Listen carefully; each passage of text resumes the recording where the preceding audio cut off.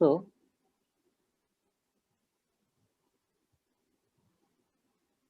basic mathematics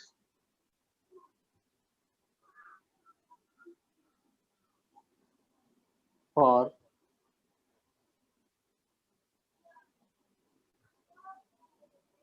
elementary physics। आप जो class 11-12 में फिजिक्स करते हैं वो एलिमेंट्री फिजिक्स ही है, ठीक है। दो कहा जाता है यह डिफिकल्ट है। ऑफ कोर्स अगर by method in sequence with process अगर आप इसको नहीं पढ़ेंगे, नहीं समझेंगे, तो फिजिक्स ही नहीं कोई भी सब्जेक्ट डिफिकल्ट होता है, ठीक है। बट अगर आप विथ प्रोसेस इसको लर्न करते हैं, सीक्वेंस में अगर लर्न करते हैं, तो मेरे समझ से यह डिफिकल्ट नहीं है। तो आइए हम लोग बेसिक मैथमेटिक्स और एलिमेंट्री फिजिक्स को डिफरेंट डिफरेंट पार्ट्स में डिवाइड करके पढ़ेंगे, ठीक है, सीक्वेंस में। जैसे सबसे पहले जो हम डिस्कशन करेंगे वह रियल नंबर्स,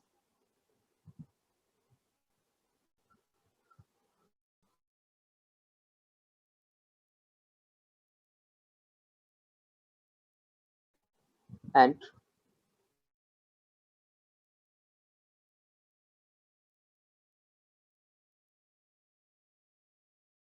आएगा, क्योंकि हम लोग रियल नंबर में वेरिएशन को कंसीडर करेंगे, वेरिएशन को देखेंगे, डिफरेंट डिफरेंट टर्म्स पैरामीटर्स को डिफाइन करेंगे।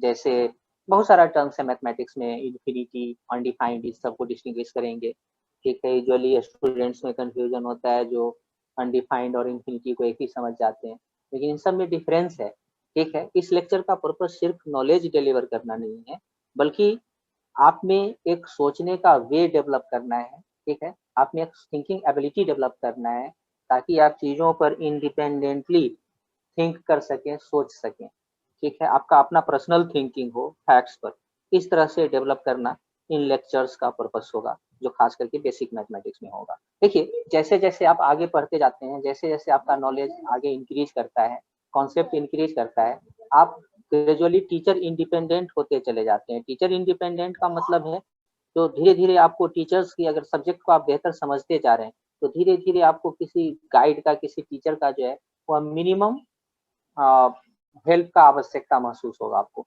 मतलब आपको ऐसा लगेगा कि जो हाँ चलो यहाँ पर ज़्यादा से ज़्यादा आप खुद से कर रहे हैं, बहुत कम ऐसा चीज़ हो रहा है जहाँ पर आप किसी के हेल्प का आवश्यकता अनुभव करेंगे, महसूस करेंगे, फील करेंगे।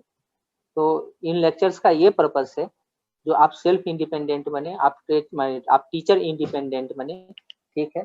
यानी कि धीरे धीरे आपका टीचर पर डिपेंडेंसी समाप्त हो, ठीक है। तो पहला होगा real numbers and related graphs. उसके बाद जो सेकेंड होगा, हम लोग डिस्कशन करेंगे सेकेंड में ट्रिग्नोमेट्री, ठीक है।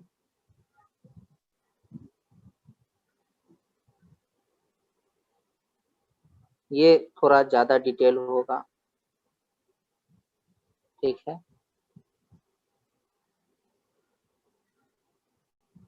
मतलब उसके बाद हम लोग डिस्कशन करेंगे ट्रिग्नोमेट्री के बाद अलजेब्रा या कोऑर्डिनेट ज्योमेट्री रख लेंगे, अलजेब्रा रख लेंगे, चलिए अलजेब्रा, ठीक है। उसके बाद फोर्थ में आएगा कोऑर्डिनेट ज्योमेट्री, ठीक है। हम लोग रियल नंबर्स में ही लॉगरिथम और एक्सपोनेंशियल फंक्शंस का जो है चर्चा कर लेंगे, ठीक है। तो इस तरह से बेसिकली यह 1 2 3 4 कोऑर्डिनेट ज्योमेट्री, और फिफ्थ पार्ट जो होगा, जो सबसे इम्पोर्टेंट होगा, जो मेन यहाँ पर आपका पर्पस है लर्न करने का, ठीक है, इन सब चीज़ों को समझने का, वह होगा कैलकुलस, ठीक है, कैलकुलस। और उसके बाद कैलकुलस के बाद जो होगा दैट विल बी वेक्टर। यानी कि इस 6 पार्ट में कंप्लीट हो जाएगा आपका basic mathematics for elementary physics, ठीक है। वेक्टर के साथ ये कंप्लीट होगा। सो आइए सबसे पहले हम लोग real number and related graphs का चर्चा करते हैं।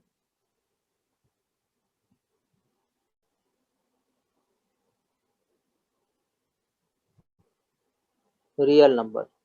देखिए, मैं आपसे ज़्यादा मैथमेटिक्स का उम्मीद नहीं करता हूँ, बट जो क्लास 8 स्टैंडर्ड का अलजेब्रा और जो ज्योमेट्री है, उस पर आपका बढ़िया पकड़ होना चाहिए, क्लास 8 का, ठीक है? अगर 9th-10th लेवल तक मैथमेटिक्स आप अच्छा जानते हैं, देन इट्स टू गुड, तब तो फिर कहीं कोई प्रॉब्लम नहीं होगा। आप तेज़ी से चीज़ों को कैच करेंगे, समझेंगे, ठीक है? आइए हम लोग देखते हैं रियल नंबर के बारे में, ठीक है?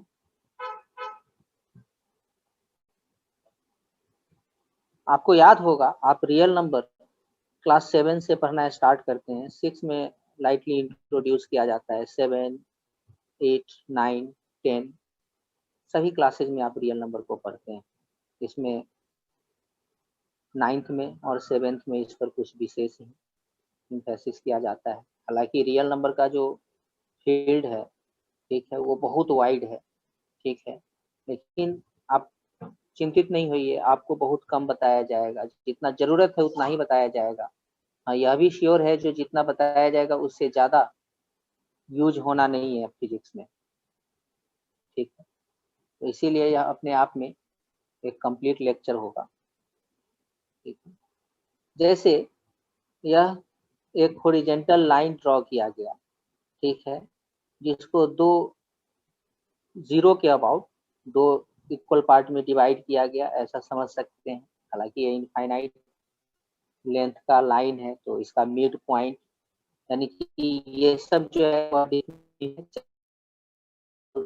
लाइन है, तो उसका कोई भी पॉइंट को आप मिड पॉइंट मान सकते हैं, ठीक है? ऐसा देखिए, यह एक हॉरिज़ॉन्टल लाइन इस तरह से कंसीडर किया जाता है, ठीक है? इस पर आप जो नंबर्स डिनोट करते हैं 1, 2, 3 काउंटिंग नंबर पहले आया, ये सब हिस्टोरिकल बैकग्राउंड है जो कि आप पहले से जानते हैं।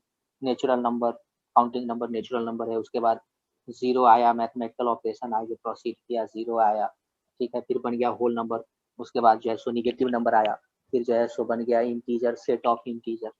तो जैसे मान लीजिए काउंटिंग नंबर आया होगा, तो काउंटिंग नंबर क्या है? Natural number 1, 2, 3, 4 and so on, इस तरह से, मतलब इस तरह से पॉइंट वाइज था।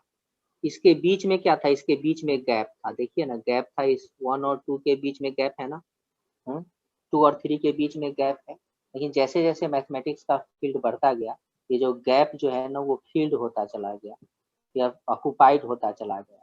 फिर उसके बाद आया रेशनल नंबर और इरेशनल नंबर का कॉन्सेप्ट, ठीक है? तो ऑफ कोर्स ये रियल नंबर का मैं चर्चा कर रहा हूँ, डायरेक्ट यूज तो नहीं होगा, बट वेरिएशन का जहाँ तक बात आएगा वहाँ पर आपको यह एक थिंकिंग का रास्ता देगा, ठीक है? यानी कि जहाँ से आप थिंकिंग कर सकते हैं, ठीक है? तो इसमें हम स्टार्ट हो रहे हैं, आगे डिटेल कर रहे हैं रेशनल और इरेशनल नंबर से, ठीक है?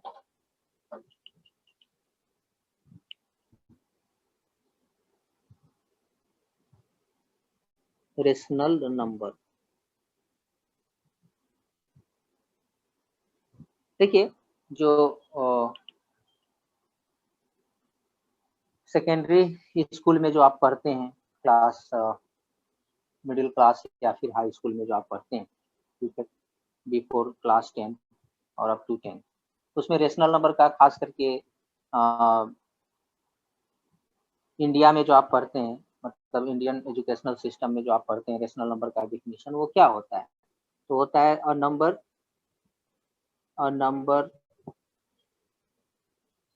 which can be expressed in the form of p by q, a number which can be expressed in the form of p by q, where there is no common factor, where there is no common factor in p and q, and q is not equal to 0, ठीक है? ये rational number का definition होता है, ठीक है। Example में दिया जाता है जैसे 2/3, कोई भी इंटीजर 5, ठीक है, 8, ठीक है, लाइक 1/3 एंड etc, ठीक है। सो ये सब नंबर जो है वो रेशनल नंबर है। जब आप सवाल उठाते हैं जो ये 5 तो p/q के फॉर्म में नहीं दिख रहा है, तो यहाँ पर हम कहते हैं क्या, जो इसके डिवीजन में 1 है, 8 के डिवीजन में 1 है, तो ये p/q के फॉर्म में हुआ, तो इसीलिए यह क्या है, रेशनल नंबर है। लेकिन यह आंसर जो है वो हमें सेटिस्फाई नहीं करता है। क्यों सेटिस्फाई नहीं करता है? इसका मतलब ये है, जो यह डिफिनीशन जो है उतना ज़्यादा जो है वो क्लियर नहीं है, ठीक है। कब कब ये कंफ्यूजन क्रिएट करता है? जब आता है इरेशनल नंबर का डिफिनीशन और उसके एग्जाम्पल में रखा जाता है जो जैसे √2 इरेशनल नंबर है, ठीक है। आइए देखते हैं। और वह नंबर जो वह रियल नंबर जो रेशनल नहीं है वो क्या होगा, इरेशनल होगा। मतलब a number which can't be expressed in the form of p/q, ठीक है। A number which can't be expressed in the form of p/q where there is no common factor in p and q and q is not equal to 0। अगर ऐसा कहा जाता है, ठीक है, then that is, अगर ऐसा हो सकता है then that is irrational number. और इसके एग्जाम्पल में √2, हम ये नहीं करें कि यह डिफिनीशन इनकम्प्लीट है, थोड़ा सा स्पेक्ट्रम को यह क्लियर नहीं कर रहा है। क्यों? क्योंकि जैसे इरेशनल नंबर के एग्जाम्पल में अगर देखा जाए इरेशनल नंबर, तो इसी का रिवर्स उसका डिफिनीशन होगा, ठीक है, which can't be expressed in the form of q, irrational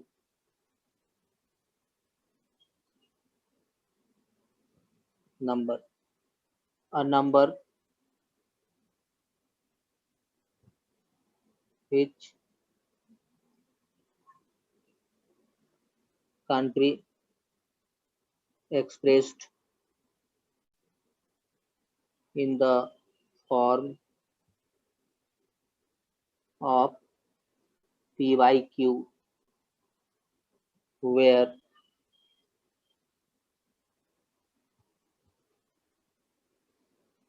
where there is no common factor in p and q and q is not equal to 0, and q is not equal to 0 is called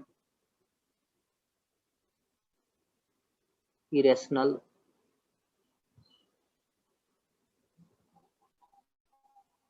number, ठीक है। For example √2, √3 and so on etc, ठीक है। अब सवाल ये होता है कि यह √2 इरेशनल नंबर है, ठीक है, मान लेते हैं, तो हम कैसे यह कह सकते हैं कि यह p/q के फॉर्म में एक्सप्रेस्ड नहीं है? क्या इसके डिवीजन में जैसे 2 के 2/1 था, 3/1 था, यह सब रेशनल नंबर है, ठीक है, हर इंटीजर रेशनल नंबर है। तो क्या यहाँ पर √2 के डिवीजन में 1 नहीं है, √3 के डिवीजन में 1 नहीं है?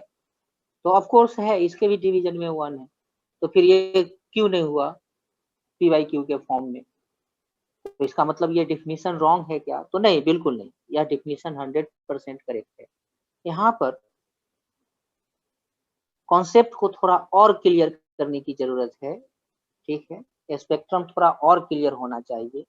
तो इसीलिए ये तो आपका जो अंडर 10 जो एग्जाम्पल आप माने डिफिनीशन पढ़ते हैं, ठीक है, वो था। इनफैक्ट अब इसको आपको कैसे समझना है? तो रेशनल नंबर को समझने के लिए और इरेशनल नंबर को समझने के लिए आपको ध्यान से यह डिफिनीशन देखना होगा। रेशनल नंबर का definition, rational number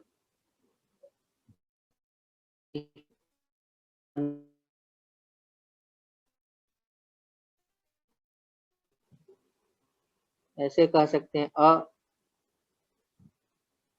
terminating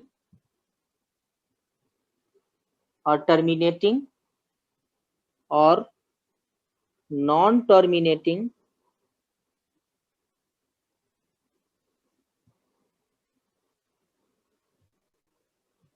but repeating decimals are, or terminating or non-terminating but repeating decimals are rational numbers as they can be expressed in the form of p by q। इसका मतलब, और वो पूरा जो पहले definition लिखा गया वो इसको फॉलो करेगा। और टर्मिनेटिंग और नॉन टर्मिनेटिंग बट रिपीटिंग जितना भी डेसिमल है, इनफैक्ट यहाँ पर जो ये डेफिनेशन लिखा गया, जो a number which can be expressed in the form of p by q where there is no common factor in p and q and q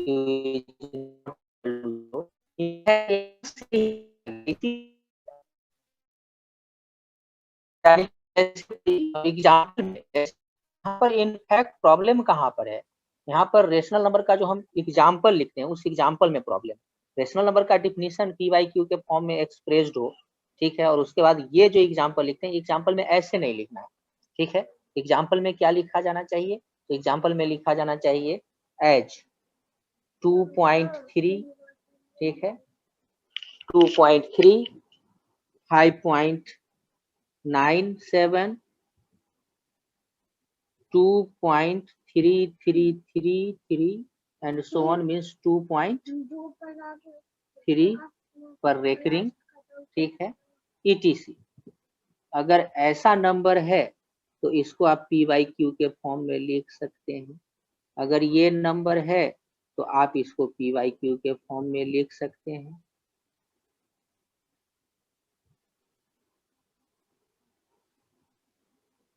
आप इसको p by q के फॉर्म में लिख सकते हैं। इसको आप p by q के फॉर्म में लिख सकते हैं, मेनी टाइम्स आप लिखे हैं, ठीक है। तो कोई भी टर्मिनेटिंग डेसिमल, कोई भी टर्मिनेटिंग डेसिमल और non terminating but repeating decimal, ठीक है, वह p by q के फॉर्म में एक्सप्रेस्ड हो सकता है, ठीक है। और इसीलिए ऐसे नंबर्स को हम रेशनल नंबर कहते हैं, ठीक है। सो रेशनल नंबर का डिफिनीशन यहाँ से अराइज होता है।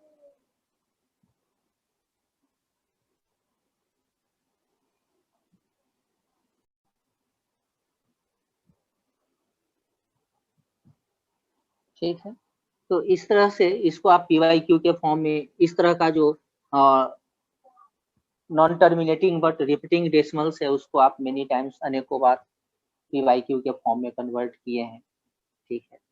तो आप इसको समझ सकते हैं, जो all these are can be converted in the form, all these may be converted in the form of p by q, ठीक है। वहीं पर इरेशनल नंबर की अगर हम बात करें, ठीक है, तो ऑल मतलब इरेशनल नंबर को एक्चुअली इस तरह से डिफाइन करना चाहिए, irrational number, so all non-terminating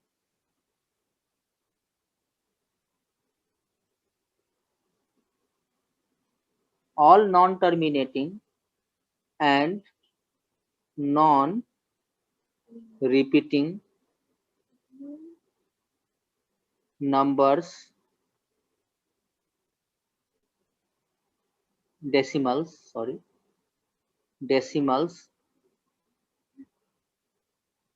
are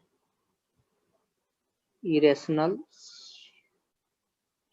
number, ठीक है। all non-terminating and non-repeating decimals are irrational number as they can't be expressed in the form of in the form of P Y Q. So इसी के example में जैसे अगर हम √2 को देखें तो √2 को अगर आप डेसिमल फॉर्म में जब कन्वर्ट करेंगे, जैसे फॉर एग्जाम्पल √2 एग्जाम्पल में लिखा जाता है, तो और ये क्लियर हो जाना चाहिए, क्योंकि जब आप √2 को डेसिमल में लिखेंगे, इनफैक्ट आपको पता नहीं है 1.41 एंड सो ऑन, जब आप इसको डेसिमल में लिखेंगे तो ये रिपीटिंग डेसिमल नहीं आएगा, ठीक है, यानी कि यहाँ पर रिपीटिंग कोई भी डिजिट जो है वो रिपीटिंग नहीं आएगा और ये नॉन टर्मिनेटिंग भी होगा। एज ए रिजल्ट अगर मान लीजिए ये दिया हुआ है तो आप इसको रिवर्स √2 में नहीं लिख सकते, यानी कि यहाँ पर रिवर्स नहीं आ सकते। √2 से आप 1.41 इसमें आप जा सकते हैं, 414 आगे बढ़ सकते हैं, प्रोसीड कर सकते हैं, लेकिन उसमें रिपीटेशन नहीं आएगा किसी भी डिजिट में, ठीक है। जबकि अगर रिवर्स अगर आपको आना है, इस डेसिमल से अगर √2 में आना है तो आप इसको एग्जैक्टली √2 नहीं लिख सकते। तो इसीलिए ऐसा नंबर जो है वह इरेशनल नंबर, यानी कि जो भी √2 है, √3 है, ऐसा जो परफेक्ट स्क्वायर रूट नहीं है, कुछ क्यूब रूट जो होता है जैसे क्यूब √3, ये सब जो होगा ये सब इरेशनल नंबर होगा, यानी कि इसको आप पी बाई क्यू के फॉर्म में एक्सप्रेस नहीं कर सकते। इसका सेंस ये है कि अगर ये नंबर डेसिमल के फॉर्म में अगर आपको दिया हुआ हो तो आप ये नहीं पता कर सकते कि यह क्यूब √3 ही है। मतलब क्या, हाँ अप्रोक्सीमेटली आप लिख सकते हैं, बट एग्जैक्टली आप उसको क्यूब√3 नहीं लिख सकते अगर डेसिमल फॉर्म में दिया हुआ हो तो इसीलिए हम कहते हैं this can't be expressed in the form of P by Q, ठीक। सो ये रेशनल और इरेशनल नंबर की बातें हुई। अब यहाँ पर देखिए, तो जब ये रेशनल और इरेशनल नंबर का कॉन्सेप्ट डेवलप हुआ, यानी कि यूं कह दीजिए जो रेशनल और इरेशनल नंबर हमारे नंबर सिस्टम में जब इंक्लूड हुआ, ठीक है, तो अब इसके बीच का जो गैप था 1 2 3, ये सब जो इंटीजर्स हैं 4, ठीक है, इधर आगे जाएगा ये -1 -2 -3, ठीक है, ये इसके बीच का जो गैप है 1 2 के बीच का जो ये गैप है, ये गैप अब कंटिन्यूअस हो गया, मतलब इसमें कहीं कोई पॉइंट खाली नहीं रहा, ठीक है। यानी कि इसका मतलब ये है कि इसके ईच एंड एवरी पॉइंट पर कोई ना कोई नंबर्स हैं, ठीक है। यानी कि कहीं भी टूटा हुआ ये लाइन नहीं है, कहीं भी गैप नहीं है, एक भी पॉइंट जो है यहाँ पर खाली नहीं है, हर पॉइंट को एक नंबर कॉरेस्पॉन्ड करता है। जब इन सभी नंबर्स को ये इंटीजर के साथ ये जो गैप था बीच में, इसके ईच एंड एवरी पॉइंट पर नंबर्स आ गए, इन सभी को एक साथ collectively set of real number कहते हैं। यानी कि वह ईच एंड एवरी पॉइंट जो है वह सेट ऑफ रियल नंबर का मेंबर है, यानी कि रियल नंबर है, ठीक है। जो रियल नंबर का एक सबसे जो बेसिक प्रॉपर्टी है वो क्या है, जो किसी भी रियल नंबर का आप स्क्वायर करके देख लें वो निगेटिव नहीं होता है। यानी कि if x is real, if इसका एक सबसे बेसिक प्रॉपर्टी है, जो इफ 0 रियल भी है, अब कहिएगा if x is real then x square will always be greater than 0, यानी कि ग्रेटर देन और इक्वल टू 0 आप कह सकते हैं केवल 0 के केस में, या फिर कह सकते हैं ग्रेटर देन 0, ठीक है ना, greater than 0 if x is not equal to 0, और ये हो जाएगा equal to 0 if x is equal to 0।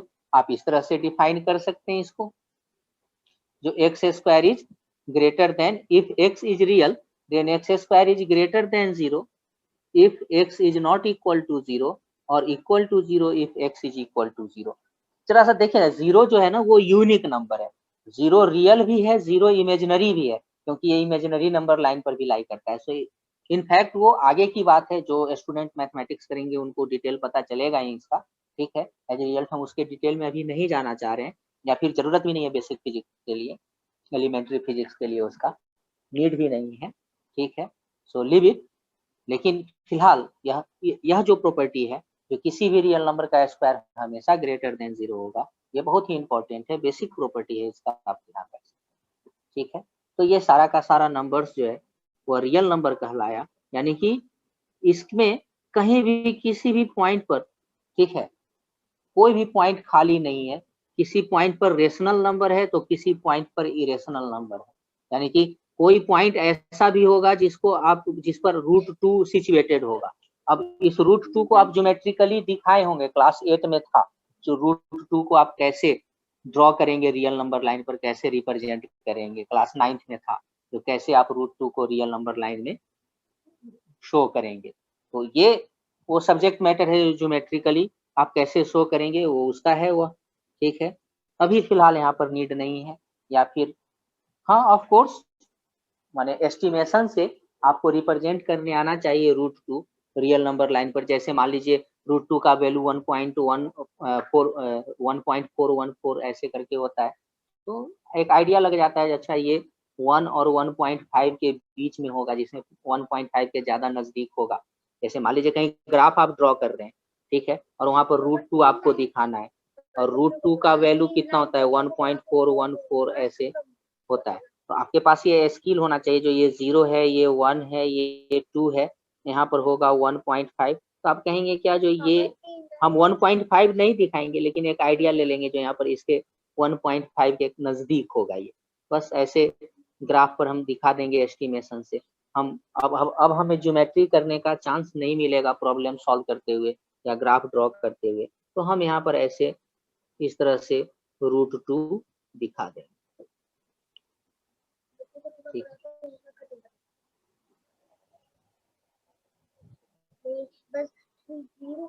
तो इस तरह से हम रियल नंबर लाइन पर √2 दिखाएंगे, ठीक है।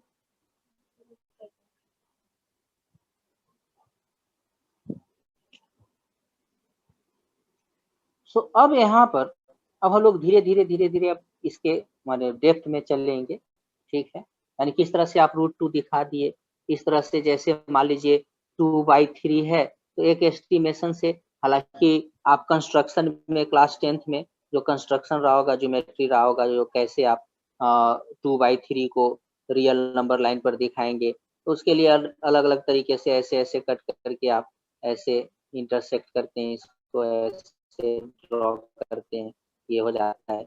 यानी कि ये यूनिट लाइन ड्रॉ किए, इसको 3 इक्वल पार्ट में डिवाइड कर दिए, तो ये हो गया 2/3 ऐसे। या फिर ये ज्योमेट्री जो मैं आपको याद दिला रहा हूँ सिर्फ, जो एक ज्योमेट्रिकल कंस्ट्रक्शन जो आप क्लास 10th में करते हैं या फिर 9th में जो भी है, ठीक है, उसमें यह 2 यूनिट का लाइन ड्रॉ की और इस तरह से इसको आर्क लेकर के इक्वल इक्वल पार्ट में डिवाइड कर दिए, तो ये हो गया 2/3 2/3 3 इक्वल पार्ट में बट गया। तो ठीक है, उसी तरह से √2 को भी शो करने का मेथड है। जो √2 को कैसे आप शो करते हैं, तो हम क्या करते हैं, ये 1 यूनिट ले लेते हैं, 0 से, यहाँ पर 0 है, इस पर 1 यूनिट, और यहाँ पर एक परपेंडिकुलर लाइन 1 यूनिट 90 डिग्री का एंगल बनाते हुए 1 यूनिट ड्रॉ कर लेते हैं। तो ऑब्वियसली पाइथागोरस थ्योरम से जो ये लाइन होगा, इस लाइन का लेंथ कितना होगा, √2 होगा। अब इसी लाइन के मेजरमेंट से, मतलब इतना ही बड़ा लेंथ लेकर के रियल नंबर पर दिखा देते हैं, यही √2 हो जाता है। ये तो ज्योमेट्रिकल मेथड है, मैं आपको याद दिलाया। यानी कि जो बच्चे, जो स्टूडेंट क्लास 10th में इसको पढ़ करके आए होंगे, 9th 10th में पढ़े ही होंगे, ईच एंड एवरी स्टूडेंट, ठीक है, तो आपको याद आ गया होगा इस तरह से √2 को रियल नंबर लाइन पर शो किया जाता है। सो ओवरऑल कंक्लूजन ये है, जो इस रियल नंबर लाइन पर कोई भी पॉइंट जो है वो खाली नहीं है, वैकेंट नहीं है, ठीक है। दो ये बहुत सिंपल है, देखिए आप स्कूल में पढ़ते हैं, इसको आप 9th 10th में पढ़ते हैं, 7 8 में पढ़ते हैं, 7 8 क्लासेज में 9 10th क्लास में पढ़ते हैं, लेकिन वहां पर इस लेवल पर आप अपने थिंकिंग को नहीं ले जाते हैं, ठीक है। जिस लेवल पर थिंकिंग को, आपके थिंकिंग को मेरा ले जाना पर्पस है, ठीक है। तो आइए अब हम लोग देखते हैं यहाँ पर, चूंकि वेरिएशन जो भी होगा वो रियल नंबर से ही आपको समझना होगा, ठीक है। इसको आप देखिए, क्योंकि फिजिक्स क्या है, physics is the mathematics of variation, in fact science of variation, ठीक है। यानी कि आपको वेरिएशन पर पकड़ है, अगर एक फंक्शन पर थोड़ा बहुत पकड़ है, अगर एक वेरिएबल के रिस्पेक्ट में दूसरा वेरिएबल कैसे चेंज कर रहा है, अगर इस बात को आप समझ पा रहे हैं, तो आप फिजिक्स को बहुत ही बेहतर समझ पाएंगे, ठीक है। और आपका थिंकिंग भी जनरेट होगा उसमें, इसमें कहीं से कोई कंफ्यूजन नहीं।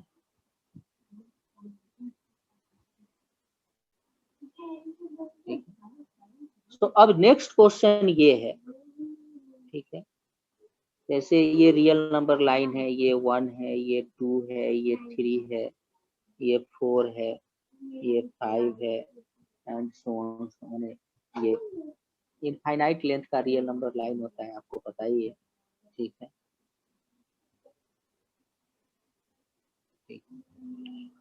देखिए यहाँ पर हम दो टर्म को क्लियर कर दें। यूजुअली जो बच्चे समझते हैं जो इन्फिनिटी और अनडिफाइंड एक ही टर्म है, तो नहीं, इन्फिनिटी और अनडिफाइंड सेम टर्म नहीं है। इन्फिनिटी डिफाइंड है। What is the definition of infinity? ठीक है, अनडिफाइंड का मतलब ये है जो इस तरह का कोई डिफिनीशन अभी तक नहीं दिया गया साइंटिफिक वर्ल्ड में, मैथमेटिकल वर्ल्ड में। जैसे समथिंग बाई जीरो कहा जाता है, जो something by zero, x by zero where x is not equal to zero is undefined, is undefined, ये सही है। ये इसको लोग समझ लेते हैं इन्फिनिटी, नहीं, ये इन्फिनिटी नहीं है, अनडिफाइंड है। जैसे 1/0, 2/0, ये सब क्या है, ये सब अनडिफाइंड है। ठीक है ना, ये सब अनडिफाइंड है। क्यों? क्योंकि मैथमेटिक्स में ऐसा नंबर एग्जिस्ट ही नहीं करता।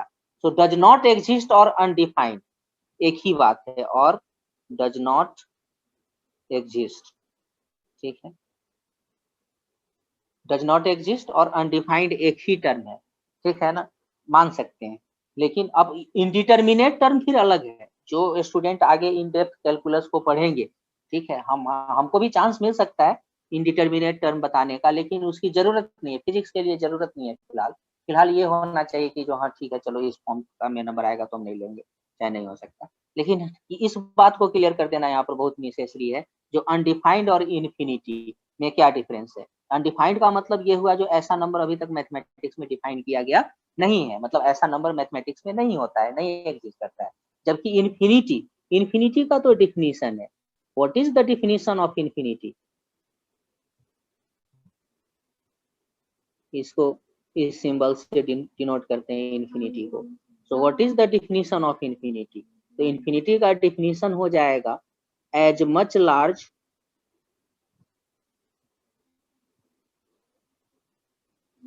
as you can think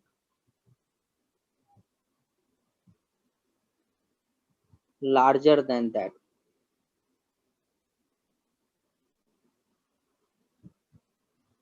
Larger than that. So this is the definition of infinity. मतलब इतना बड़ा जितना बड़ा आप थिंक कर सकते हैं उससे भी थोड़ा बड़ा। तो ये तो डिफिनीशन ही हुआ ना, ये अनडिफाइंड कहाँ हुआ? ठीक है, तो फिर इन्फिनिटी आता कैसे है? आएंगे फ्रैक्शन में, आएंगे आगे हम लोग देखेंगे। ठीक है, जो कैसे ये होता है, कहाँ ये होता है, कब होता है। हम प्लस इन्फिनिटी से माइनस इन्फिनिटी जंप करते हैं।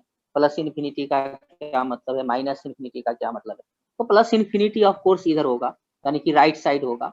ठीक है, इधर होगा प्लस इन्फिनिटी।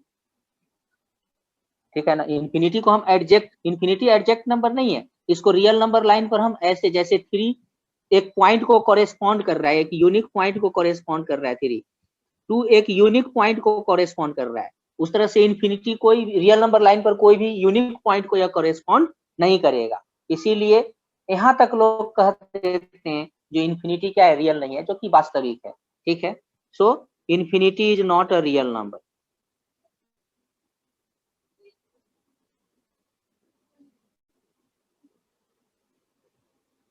क्या है भाई लॉजिक? तो ये रियल नंबर लाइन पर लाइन नहीं करता है।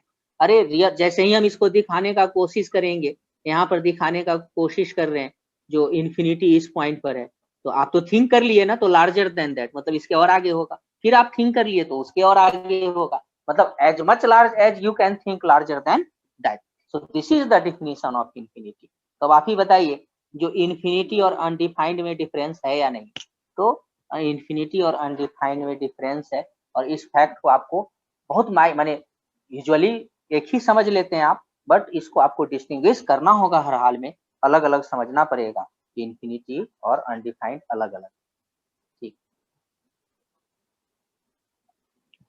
तो चलिए अब आगे हम लोग देखते हैं इसी रियल नंबर में। ठीक है, ये जो मैं बता रहा हूँ अभी, ये जो मैं कर रहा हूँ, ये जो लेक्चर अभी मैं डिलीवर कर रहा हूँ आगे, इस पॉइंट से आगे, वो आपको कैलकुलस में माने लिमिट को समझने में बहुत काम आएगा।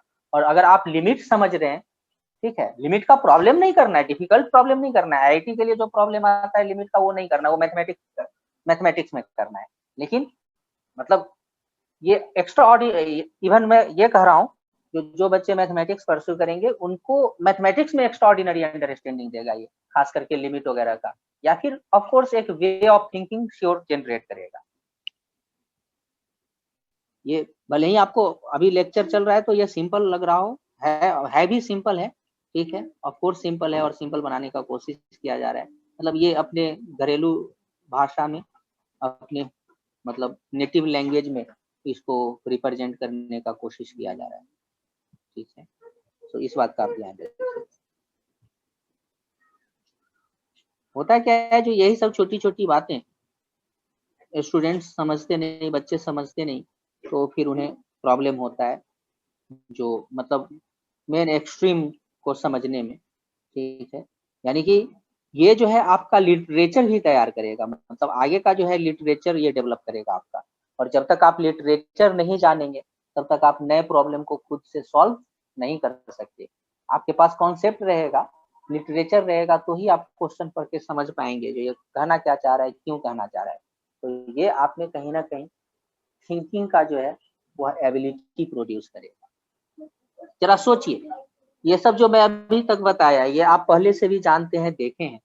जरा सा इमेजिन कीजिए, जो अगर आपको यह टास्क दिया जाए, जो 2 का जस्ट नेबरहुड, 2 का नंबर 2 का just immediate neighbour, immediate neighbour का मतलब समझ रहे हैं, जैसे ये घर है आपका, तो ये जस्ट यहाँ पर बहुत सारे लोगों का, आपका नेबरहुड में बहुत सारे लोग होंगे, जैसे मान लीजिए दिस वन इज यू, ठीक है, इधर भी होगा कुछ बिल्डिंग, इधर भी होगा, ठीक है ना।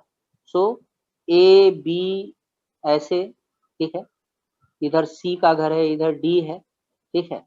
तो अगर आपसे पूछा जाए जो आपका इमीडिएट नेबर कौन है, तो क्या आप बताएंगे जो आपका इमीडिएट नेबर बी है, आपका इमीडिएट नेबर डी है? नहीं, आपका इमीडिएट नेबर कौन है? तो आपका इमीडिएट नेबर जो है वह ए है, आपका इमीडिएट नेबर जो है वह सी है।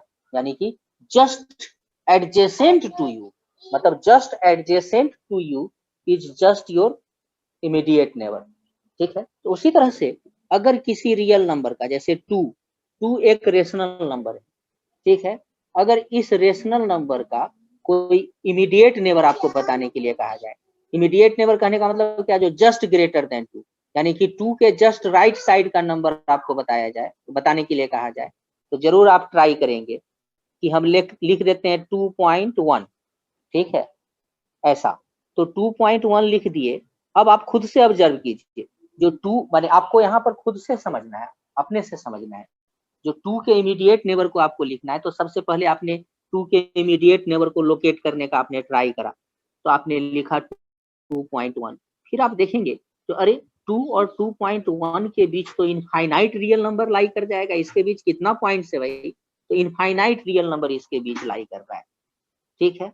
तो फिर और थोड़ा आप ट्राई करेंगे, आप कहेंगे क्या, जो अब हम लिखते हैं 2.01, ऑफ कोर्स ये 2.1 के रिस्पेक्ट में 2.01 2 से ज्यादा नजदीक जरूर है, मतलब ये नंबर 2 के ज्यादा नजदीक जरूर है इसके रिस्पेक्ट में, ये थोड़ा ज्यादा दूर है, ये उसके ज्यादा नजदीक है। तो आप कहेंगे ठीक है, 2 के आप ज्यादा नजदीक तो जरूर आ गए, लेकिन क्या आप इसको as a immediate neighbour of 2 justify कर पाएंगे क्या?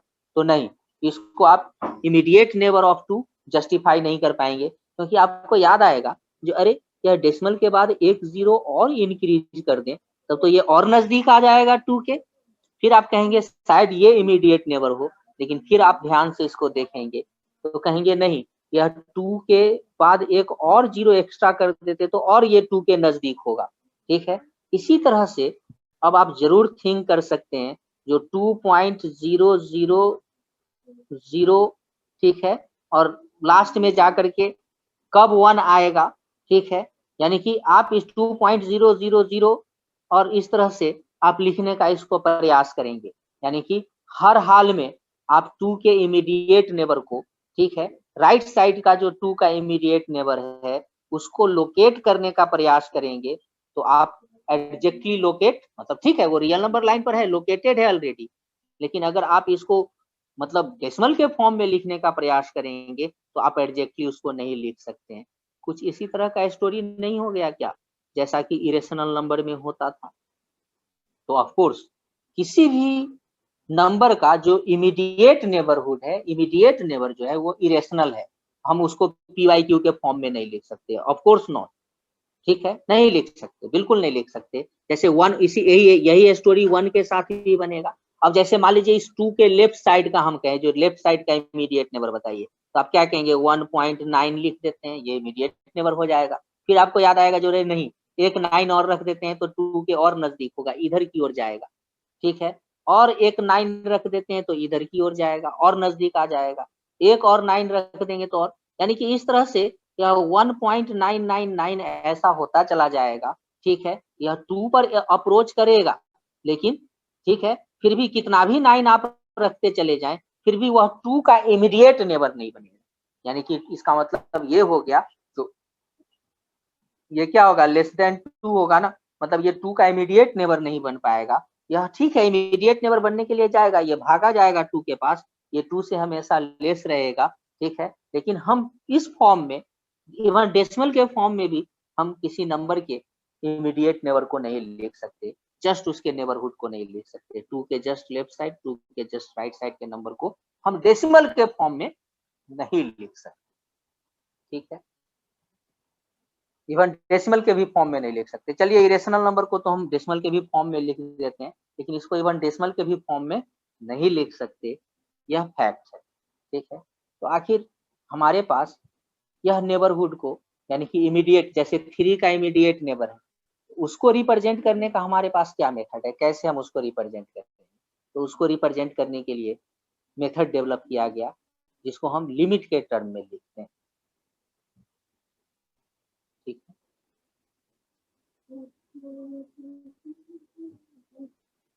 to write the immediate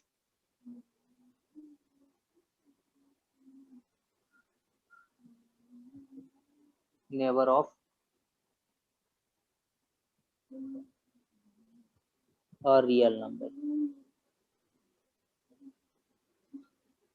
ठीक है, तो किसी रियल नंबर के इमीडिएट नेबर को आप कैसे लिखेंगे, उसके लिखने के लिए हमारे मैथमेटिशियन जो है वह एक मेथड डेवलप किए, जिसको लिमिट बोला जाता है। ठीक है,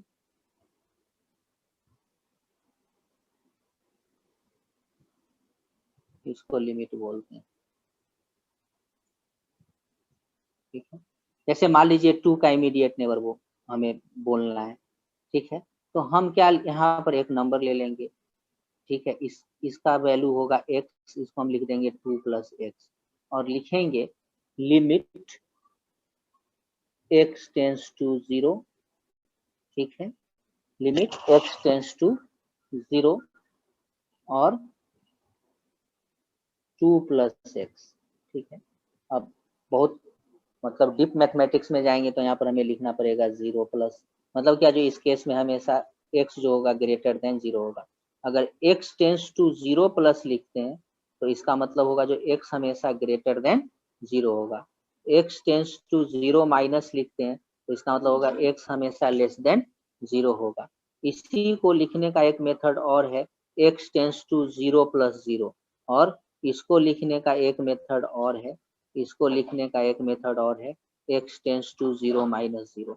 तो मतलब इस तरह से डिफरेंट डिफरेंट मैथमेटिक्स के फॉर्म में इसको लिखा जाता है। लेकिन इमेजिन कीजिए, अब आप, हम उम्मीद करते हैं कि यहाँ पर खुद समझ सकते हैं इसको, जो x टेंस टू 0 है, इसी को शॉर्ट में जल्दी में हम ऐसे भी लिख देते हैं, जो limit x tends to 0 2 + x। ठीक है, अगर हम प्योर मैथमेटिक्स की भाषा में कहें तो ये 2 + x जो होगा यह 2 से ग्रेटर भी हो सकता है, 2 से लेस भी हो सकता है। मतलब ये नंबर जो है वो 2 का जस्ट राइट साइड का और 2 के जस्ट लेफ्ट साइड के नंबर को एक साथ रिप्रेजेंट कर दिया। इसका मतलब ये हुआ, अगर यहाँ प्लस माइनस नहीं दिया हुआ है तो इसका मतलब ये हो गया जो यह 2 के लेफ्ट साइड के जस्ट लेफ्ट साइड, मतलब हम उसको डेसिमल के फॉर्म में तो नहीं लिख सकते, वो रेशनल नंबर भी नहीं है, रियल है। 2 का जस्ट लेफ्ट साइड का नंबर, 2 के जस्ट राइट साइड का नंबर रियल नंबर है बट रेशनल नहीं है। ठीक है। इवन डिसमल के फॉर्म में हम उसको नहीं लिख सकते, चाहे वो नॉन टर्मिनेटिंग डिसमल ही क्यों ना हो, नॉन रिपीटिंग डिसमल ही क्यों ना हो, ठीक है। एज ए रिजल्ट यहाँ पर उसको किसी भी रियल नंबर के इमीडिएट नेबरहुड को लिखने का मेथड यही है, जो limit x tends to 0 2 plus x. अब क्या होगा, ये नंबर जो होगा ये लेस देन 2 भी हो सकता है, ये ग्रेटर देन 2 भी हो सकता है। लेस देन 2 कब होगा, जब x जो होगा ये 0 पर लेफ्ट साइड से टेंड कर रहा होगा, यानी कि x लेस देन 0 है तो यह, और ये टेंड कर रहा है 0 पर, मतलब इसका मतलब ये हुआ, यह लिखने का मतलब ये हुआ, जो ये जो x जो लिए है ना वो 0 के जितना नजदीक होगा, ये 2 प्लस एक्स 2 के उतना नजदीक होगा। फॉर एग्जाम्पल जैसे x का वैल्यू यहाँ पर हम देख लीजिए, अगर x का वैल्यू हम 0.1 ले लें तो 2 प्लस एक्स कितना हो जाएगा, 2.1 हो जाएगा। उसी तरह से x का वैल्यू अगर 0.01 ले लें, देखिए ना 0.1 कहाँ रहा होगा, 0.1 यहाँ पर रहा होगा। उसी तरह से 0.01 कहाँ होगा, तो 0.01 यहाँ पर हो जाएगा। तो जब x चल दिया है राइट साइड से 0 के तरफ, तो 2 प्लस एक्स चल दिया है राइट साइड से किधर की तरफ, तो 2 के तरफ, ठीक है। इमेजिन कीजिए, बहुत ही सिंपल थिंकिंग है बट बहुत ही इंपॉर्टेंट है, ठीक है, बहुत ही इसमें डेप्थ है, इसको आप समझने का कोशिश कीजिए।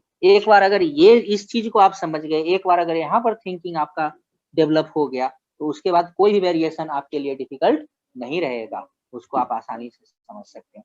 उसी तरह से x सपोज कीजिए x इज इक्वल टू 0.001 हो गया, x 0 के और नजदीक आया, ठीक है।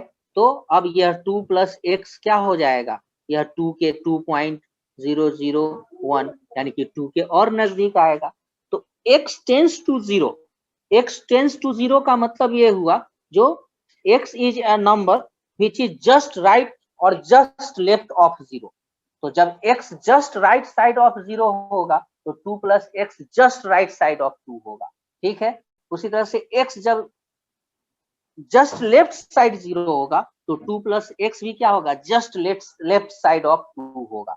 इसका मतलब ये हुआ, इसका मीनिंग ये हुआ, ठीक है। यानी कि किसी भी रियल नंबर के इमीडिएट नेबरहुड को रिप्रेजेंट करने के लिए हम ये करते हैं, इस तरह से करते हैं, ठीक है। तो जैसे फ्रैक्शन के केस में, मतलब इस बात को अगर आप समझ रहे हैं तो इसका हेल्प आपको कैलकुलस पढ़ते हुए लिमिट में भी बहुत मिलेगा। और जब हम ग्राफ, बहुत सारा ग्राफ डिस्कशन करेंगे, खास करके जो एसिम्प्टोटिक ग्राफ होगा जिसमें एसिम्प्टोट होगा, या फिर जो है सो टेंडिंग टू 0 वाला स्टोरी आएगा, जैसे मान करके चलिए रेक्टेंगुलर हाइपरबोला है, या लॉगरिथमिक फंक्शन होगा, या एक्सपोनेंशियल फंक्शन होगा, तो इन सब का ग्राफ का जो आगे हम डिस्कशन करेंगे तो उसमें यह टेंस टू 0। अब आप कहेंगे यहाँ पर टेंस टू 0 आपने क्यों इंट्रोड्यूस किया, तो ये सिंपल है, इसमें ये कोई जरूरी नहीं जो ये परचेज्ड है कैलकुलस का वहीं पर हम इसको देखेंगे, बिल्कुल नहीं। ये रियल एनालिसिस का पार्ट है, ये रियल नंबर में आप इसको देखते हैं, रियल नंबर में आप इसको समझते हैं, ठीक है।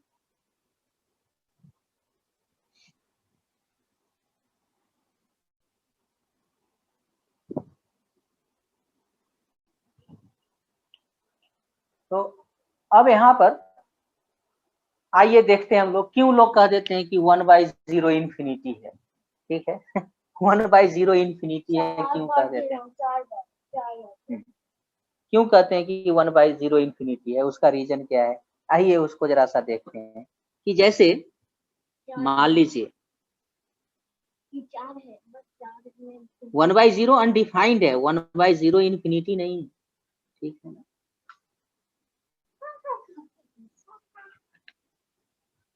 जैसे सपोज कीजिए हम ऐसा लेते हैं कि 1.x ले लेते हैं, 1.x, ठीक है, माने सॉरी 1/x, 1.x नहीं सॉरी 1/x हम लेते हैं, और इसमें अब x का वैल्यू माने ये 1 से लेकर के 0 के तरफ ले चलते हैं। जैसे मान लीजिए x इक्वल टू 1 ले लें तो 1/x कितना हो जाएगा, 1 हो जाएगा।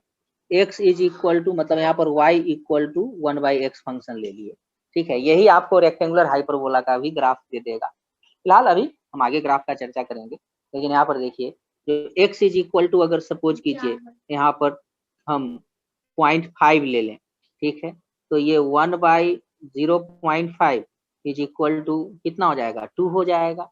उसी तरह से अगर हम x इज इक्वल टू 0.1 ले लें तो ये कितना हो जाएगा 1/0.1 इज इक्वल टू कितना हो जाएगा 10।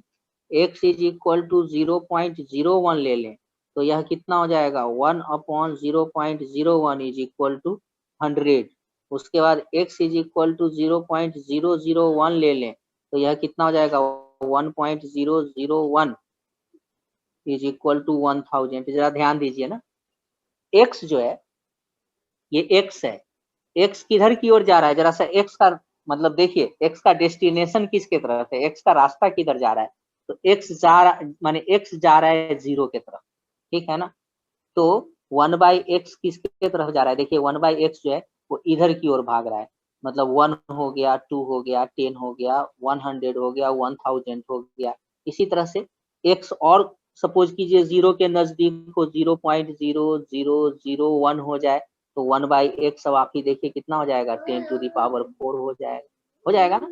यानी कि इस तरह से 1/0 मतलब अब कहिएगा क्या जो x तब तो 0 हो जाएगा, नहीं तब तो वो अनडिफाइंड हो जाएगा। अगर x 0 हुआ तो x माने ये फंक्शन ही अनडिफाइंड हो जाएगा, 1/x अनडिफाइंड हो जाएगा। मतलब यह इक्वेशन ये फंक्शन तभी तक होल्ड करेगा जब तक x 0 के इक्वल नहीं है। तो ठीक है ना, x 0 के इक्वल नहीं है लेकिन x जो है वह 0 के जस्ट राइट साइड वाला तो हो सकता है। x 0 के इक्वल नहीं है लेकिन 0 के right side, just right side वाला नंबर होने में x को कोई हर्ज नहीं है, वो तो उसका राइट है, वो बन सकता है। मतलब 0 का जस्ट राइट साइड का वैल्यू ले सकता है x। जरा इमेजिन कीजिए जो अभी भी ये 0 से काफी दूर है, ठीक है ना, या x का जो वैल्यू है x इज इक्वल टू 0.0001 जो वैल्यू है वो अभी भी 0 के राइट साइड है और 0 से काफी दूर है। यानी कि इस नंबर और 0 के बीच इनफाइनाइट रियल नंबर एग्जिस्ट कर जाएगा, करेगा ना, इनफाइनाइट रियल नंबर एग्जिस्ट कर जाएगा। तो इसका मतलब ये है कि जब इतना ज्यादा दूर हैं आप 0 से, x का वैल्यू इतना ज्यादा डिस्टेंट है 0 से, तब 1/x का वैल्यू आया 10⁴ और जरा सा एक मतलब 1/10 और नजदीक जाकर के देखिए, यानी कि x इज इक्वल टू 0.00001 अगर हो जाए तो 1/x कितना हो जाएगा 10⁵, 1,00,000 हो जाएगा। देखिए ना कितना तेजी से यह फास्टली इंक्रीज कर रहा है, ये इंक्रीज कर रहा है वैल्यू y का, 1/x का, 1/x का मतलब y का, क्योंकि ये y, इसको हम 1/x का नाम y रखें तो y के इक्वल है ये, ठीक है। तो यह 10⁵ हो गया। तो इमेजिन कीजिए, अब सिर्फ आप इसको इमेजिन ही कर सकते हैं, जो x जो है वह 0 के इतना नजदीक हो, ठीक है ना, x 0 के इतना नजदीक हो जितना नजदीक आप थिंक कर सकते हैं उससे भी थोड़ा नजदीक हो। मतलब क्या, तो ये जो डिफिनीशन आप बोल रहे हैं, जो जितना 0 के हम जितना नजदीक थिंक कर सकते हैं उससे भी थोड़ा नजदीक हो, यानी कि इसका मतलब आप किस नंबर के बारे में बोलना चाह रहे हैं, आप 0 के जस्ट इमीडिएट राइट साइड के नंबर के बारे में बोलना चाह रहे हैं। यानी कि x जब 0 के मतलब x जो है वह 0 के जितना नजदीक होगा 1/x जो होगा वह उतना ही लार्ज होगा। यानी कि x will be as much nearer by माने as much near as you can think nearer than that to 0, then 1/x will be as much large as you can think larger than that। यानी कि x अगर 0 के इतना नजदीक हो जाए, जितना नजदीक हम सोच सकते हैं उससे भी थोड़ा नजदीक हो जाए, तो उस केस में 1/x क्या होगा, इतना लार्ज होगा जितना लार्ज हम थिंक कर सकते हैं उससे भी थोड़ा लार्ज होगा, मतलब इन्फिनिटी होगा। मतलब क्या, जो इन्फिनिटी तो कोई रियल नंबर है नहीं जिसको कि हम x is equal to infinity लिख दें, ठीक है। एज ए रिजल्ट इक्वलिटी तो एडजेक्ट नंबर में लगता है सिर्फ, जिसको हम एडजेक्टली रिप्रेजेंट कर सकते हैं, यानी कि x इक्वल टू 2 लिख सकते हैं, ठीक है ना, लेकिन x इक्वल टू इन्फिनिटी नहीं लिखते हैं। लेकिन लूज मैथमेटिक्स में चलता है x इक्वल टू इन्फिनिटी भी लिख देते हैं, बट इनफैक्ट स्ट्रिक्ट रिप्रेजेंटेशन में क्या होगा, x टेंडिंग टू इन्फिनिटी ऐसा होगा, but not equal to 0, but not equal to infinity. Infinity के साथ इक्वलिटी हम नहीं लगाते, बट लूज मैथमेटिक्स में इक्वलिटी भी लगाते हैं, ठीक है। मतलब वो बिगड़ा हुआ भाषा है मैथमेटिक्स का, आप ये कह सकते हैं कि x equal to infinity mathematics का बिगड़ा हुआ भाषा है, ठीक है ना, जैसे नहीं होता है बोलते बोलते अपने भाषा को लोग बिगाड़ लेता है, उस तरह से बिगड़ा हुआ भाषा है x equal to infinity, but in fact है क्या x टेंस टू इंफिनिटी। ठीक है, तो इसका मतलब ये हुआ जो हम इमेजिन कर सकते हैं कि x tends to 0 then 1/x tends to infinity, यानी कि लेकिन x टेंस टू 0 किधर से, राइट साइड से, यानी कि x को हमेशा टेंस टू 0 होगा बट हमेशा ग्रेटर देन 0 रहना पड़ेगा। यानी कि आप कहेंगे क्या, इसी बात को कैसे लिखेंगे मैथमेटिक्स में, limit x tends to 0 plus more strictly, ठीक है, then 1/x tends to infinity, मतलब ये इंफिनिटी होता है, इसी को लोग शायद बोलते हैं, आप बोल देते हैं जो 1/0 हो गया तो ये इंफिनिटी हो गया, ये बिल्कुल गलत है। ठीक है, ये अनडिफाइंड है, LHS undefined, RHS defined, infinity is defined. ठीक है, तो इस बात को आपको ध्यान देना।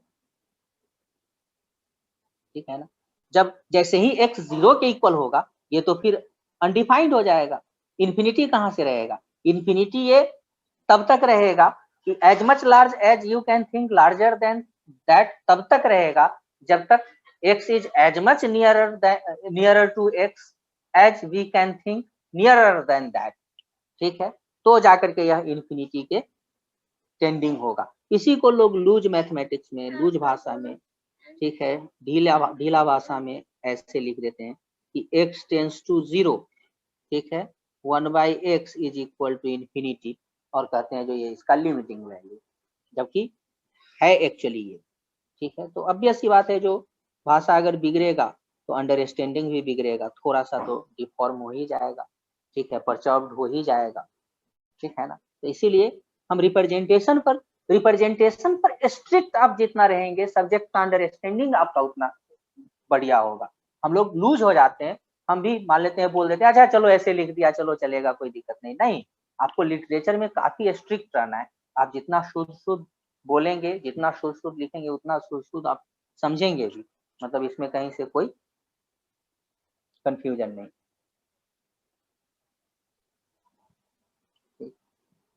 तो इसका मतलब ये हुआ। अब देखिए ना, अगर यही इसी में अगर x 0 पर टेंड लेफ्ट साइड से करे, मतलब क्या, जो अगर 0 पर या x जो है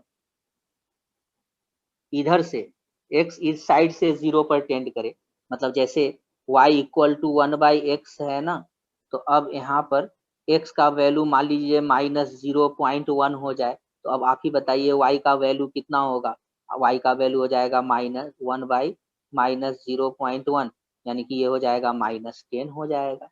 देखिए ना, y इक्वल टू, अब x का वैल्यू कितना हो जाए, -0.01 हो जाए, तो 1/-0.01 इज इक्वल टू यह कितना हो जाएगा, तो यह इक्वल टू हो जाएगा -100 हो जाएगा, यानी कि इस केस में निगेटिव हो जाएगा।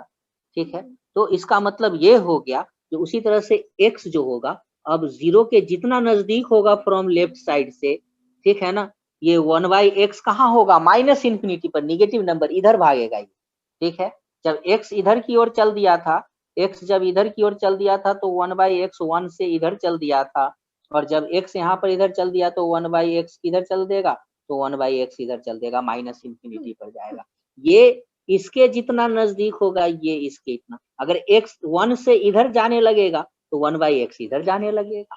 ठीक है, यानी कि x टेंस टू इंफिनिटी तो 1/x टेंस टू 0 हो जाएगा। यानी कि अब आप इसी में यह कहेंगे जो limit x tends to 0 minus 1/x tends to -infinity, यानी कि ये इंफिनिटी और -इंफिनिटी का कॉन्सेप्ट है। ठीक है, यानी कि ओवरऑल हम क्या कहेंगे, जो limit x tends to 0 1/x is equal to plus minus infinity, मतलब क्या, जो अब यहाँ पर ये सिंबल तो आपको पता है कि जब ये x टेंस टू 0 सिर्फ लिखते हैं तो ये 0 के लेफ्ट साइड से भी, जैसे x टेंस टू अगर 1 लिख दिए तो इसका मतलब क्या हुआ, जो इसमें x जो होगा वो 1 के लेफ्ट साइड से भी टेंड करेगा और 1 के राइट साइड से भी 1 पर टेंड करेगा। ठीक है, यानी कि x टेंड्स टू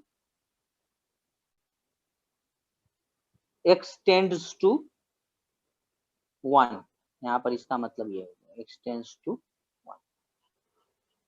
ठीक है, यानी कि अगर सिर्फ ऐसे लिखे, जो लिमिट x टेंड्स टू 1 तो इसका मतलब हम ये कहना चाह रहे हैं जो इसमें x ग्रेटर देन 1 भी होगा और x लेस देन 1 भी होगा। लेकिन जब हम लिखेंगे limit x tends to 1 plus, तो इसका मतलब ये होगा जो इसमें x तो ग्रेटर देन 1 ही होगा, इसमें कहीं से कोई कंफ्यूजन नहीं। वहीं पर अगर हम लिखेंगे limit x tends to 1 minus, तो इसका मतलब ये हो जाएगा, है ना,